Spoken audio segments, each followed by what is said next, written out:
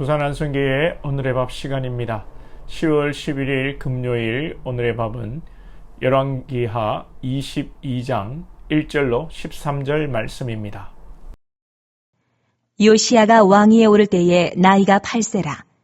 예루살렘에서 31년간 다스리니라.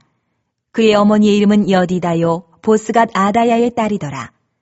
요시야가 여호와 보시기에 정직히 행하여 그의 조상 다윗의 모든 길로 행하고 좌우로 치우치지 아니하였더라. 요시야 왕 18째 해에 왕이 무술람의 손자 아살리야의 아들 서기관 사반을 여호와의 성전에 보내며 이르되, 너는 대제사장 힐기야에게 올라가서 백성이 여호와의 성전에 드린 은, 곧 문지킨 자가 수납한 은을 계산하여 여호와의 성전을 맡은 감독자의 손에 넘겨 그들이 여호와의 성전에 있는 작업자에게 주어 성전에 부서진 것을 수리하게 하되, 곧 목수와 건축자와 미장에게 주게 하고 또 제목과 다듬은 돌을 사서 그 성전을 수리하게 하라. 그러나 그들의 손에 맡긴 은을 회개하지 말지니 이는 그들이 진실하게 행함이니라. 대제사장 힐기야가 서기관 사반에게 이르되, 내가 여호와의 성전에서 율법책을 발견하였노라. 하고 힐기야가 그 책을 사반에게 주니 사반이 읽으니라. 서기관 사반이 왕에게 돌아가서 보고하여 이르되, 왕의 신복들이 성전에서 찾아낸 돈을 쏟아 여호와의 성전을 맡은 감독자의 손에 맡겼나이다. 하고 또 서기관 사반이 왕에게 말하여 이르되, 제사장 힐기야가 내게 책을 주더이다. 하고 사반이 왕의 앞에서 읽으매 왕이 율법책의 말을 듣자 곧 그의 옷을 찢으니라. 왕이 제사장 힐기야와 사반의 아들 아히감과 미가야의 아들 악볼과 서기관 사반과 왕의 시종 아사야에게 명령하여 이르되, 너희는 가서 나와 백성과 온 유다를 위하여 이 발견한 책의 말씀에 대하여 여호와께 물으라. 우리 조상들이 이 책의 말씀을 듣지 아니하며 이 책에 우리를 위하여 기록된 모든 것을 행하지 아니하였으므로 여호와께서 우리에게 내리신 진노가 크도다. 오늘은 히스기야의 증손자 요시야 왕에 대한 내용입니다. 히스기야는 선하고 훌륭한 왕이었고 그 아들 므낫세는 악한 왕 중에 악한 왕이고 이 므낫세의 아들 아몬도 악한 왕이었습니다. 그런데 나이 8살에 왕이 된 요시야가 선하고 하나님 보시기에 정직히 행한 왕이었습니다. 어린 나이에 갑자기 왕이 되었습니다. 아버지 아몬이 악을 행하다가 쿠데타가 일어나 암살을 당하고 백성들이 어린 왕자를 왕으로 세웠습니다. 이런 가족사와 역사적 아픔이 요시야를 선한 왕으로 만들었는지는 모르겠지만 악한 아버지 밑에서 선한 아들이 나왔습니다. 악한 아버지에게서 선한 아들이 나올 수도 있고 선한 아버지에게서 악한 아들이 나올 수도 있습니다. 이것은 복불복이 아니라 하나님의 섭리에 따른 것이고 그저 우리는 기도하고 하나님의 은혜를 구하는 겸손함이 있어야 하겠습니다. 요시야는 먼저 성전 수리부터 했습니다. 말씀을 읽고 신앙을 교육하고 죄를 회개하는 것도 중요합니다. 내적인 것도 중요하고 또한 요시야처럼 외적인 것을 정비하는 것도 중요한 의미를 가지게 됩니다. 물론 내적인 것, 본질을 무시한 채 외적인 것만 쫓으면 변질된 바리새인들처럼 형식주의가 되는 것이죠.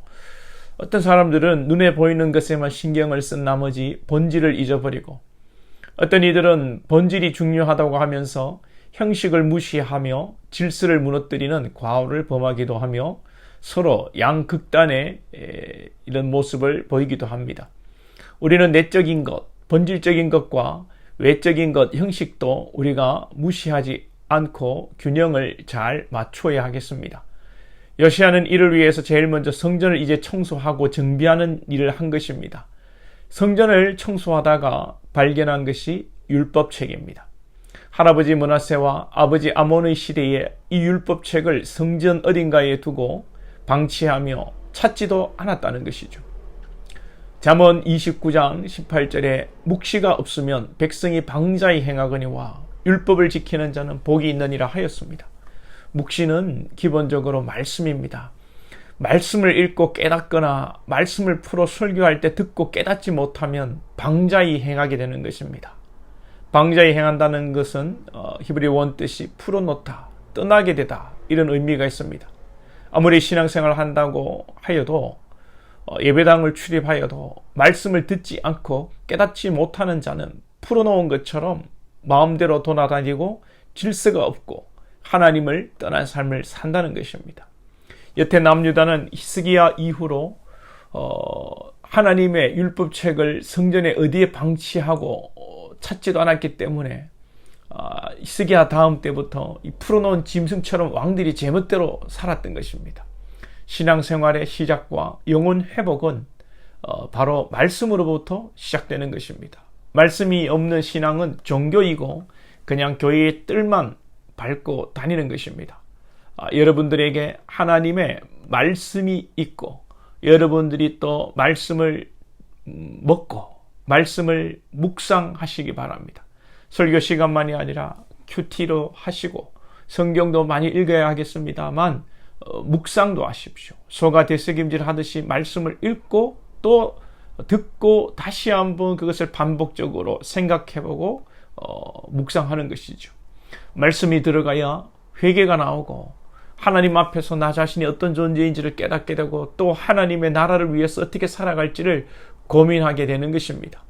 요시야가 성전에서 율법책을 찾고 서기관 사바나가 읽어주는 말씀을 듣고 어떻게 합니까? 11절에 왕이 율법책의 말을 듣자 곧 그의 옷을 찢으니라.